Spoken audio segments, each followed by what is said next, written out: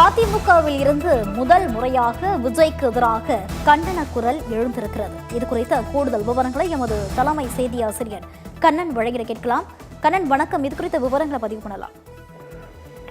அதிமுக, தாவேகா, பாஜக இடையே கூட்டணி ஏற்படும் என்ற சர்ச்சை தொடங்கியிருந்த சூழ்நிலையில் இப்போது அதற்கு முற்றுப்புள்ளி வைக்கப்பட்டது போல அதிமுகவின் முக்கிய அமைச்சரான செல்லூர் ராஜு நடிகர் விஜய் கட்சியை கடுமையாக விமர்சித்து இன்று மதுரையில் பேட்டி அளித்திருக்கிறார். அந்த பேட்டியின் போது வானத்தில் ஒரே ஒரு சந்திரன் தான், அந்த சந்திரன் எம்ஜி ராமச்சந்திரன் தான் என்று அவர் கூறியிருக்கிறார்.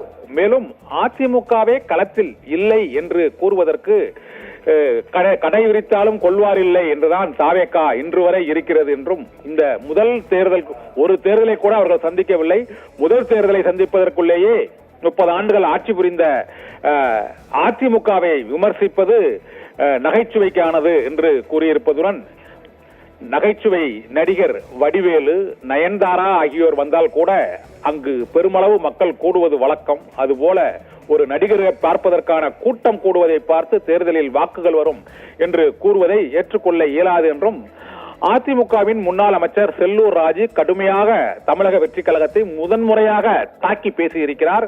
இதனால் அதிமுக தாவேகா கூட்டணி உருவாகுமா உருவாகாதா என்ற அந்த சர்ச்சைக்கு இப்போது முற்றுப்புள்ளி வைக்கப்பட்டது போல செல்லூர் ராஜின் இந்த மதுரை பேட்டி அமைந்திருக்கிறது.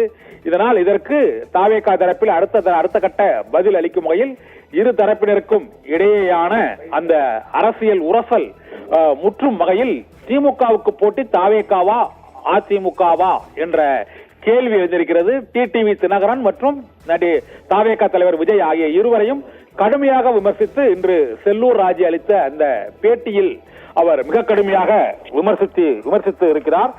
அந்த விமர்சனத்தில் களத்தில் அதிமுக இருக்கிறதா தாவேகா இருக்கிறதா என்பது 2026 தேர்தலுக்கு பிறகு தெரிய வரும். 2026 தேர்தலுக்கு பிறகு தமிழக வெற்றி கழகம் எங்கே இருக்கும் என்பதை மக்கள் முடிவு செய்வார்கள் என்றும் செல்லூர் ராஜு மிக கடுமையாக விமர்சித்து இந்த பேட்டியை அளித்திருப்பதன் மூலமாக தாவேகா அதிமுக இடையே கூட்டணி ஏற்படக்கூடும் என்ற எதிர்பார்ப்புக்கு இப்போது ஒரு முற்றுப்புள்ளி வைத்தது போல் இருக்கிறது. ஓவியா.